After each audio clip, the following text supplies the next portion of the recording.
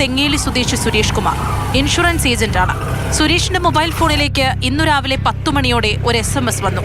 KL 27K 5301 register നമ്പറിലുള്ള ബൈക്കിൽ നിയമലംഘനം നടത്തിയെന്നതായിരുന്നു ഉള്ളടക്കം. ഈ challan digital traffic transport enforcement solution എന്നതായിരുന്നു തലക്കെട്ട്. പിഴ 500 രൂപ അടയ്ക്കണമെന്നും കാണിച്ചു. പണമൊടുക്കുന്നതിന് തുടർന്ന് നൽകിയിട്ടുള്ള ലിങ്കിൽ ക്ലിക്ക് ചെയ്യാനും നിർദ്ദേശം. SMS വായിച്ച Suresh Kumar Thiruvalla traffic SI MG അനിരുദ്ധനെ ഫോണിൽ ബന്ധപ്പെട്ടു. ട്രാഫിക് SI ആവശ്യപ്പെട്ട പ്രകാരം മൊബൈലിലേക്ക് വന്ന മെസ്സേജ് സുരേഷ് കുമാർ അയച്ചു നൽകി.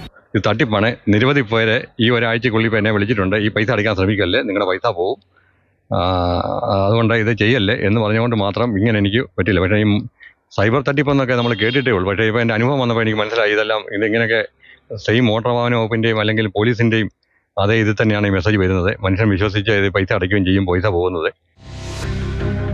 ലിങ്ക് ഓപ്പൺ ആക്കുന്നതായി കരുതുക.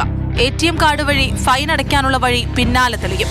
ഇതിന് തയ്യാറാകുന്ന വാഹന ഉടമയോട് ATM കാർഡിന് പിൻവശത്തെ രഹസ്യ നമ്പർ ആവശ്യപ്പെടും.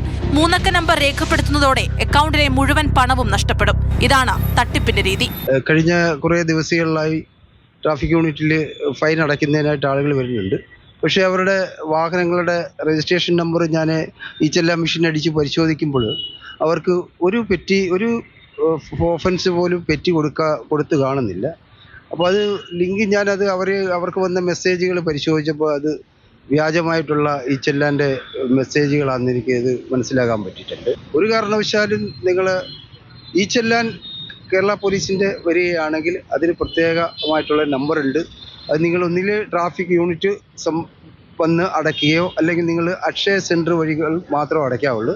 നിങ്ങൾ നേരിട്ട് ഒരു കാരണവശാലും ATM കാർഡ് ഉപയോഗിച്ച് ഈ പെറ്റി അടയ്ക്കാൻ ഒരിക്കലും ശ്രമിക്കരുത്.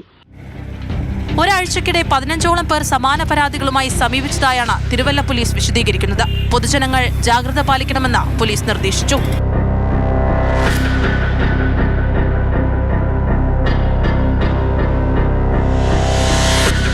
മാതൃഭൂമി ന്യൂസ്, പത്തനംതിട്ട.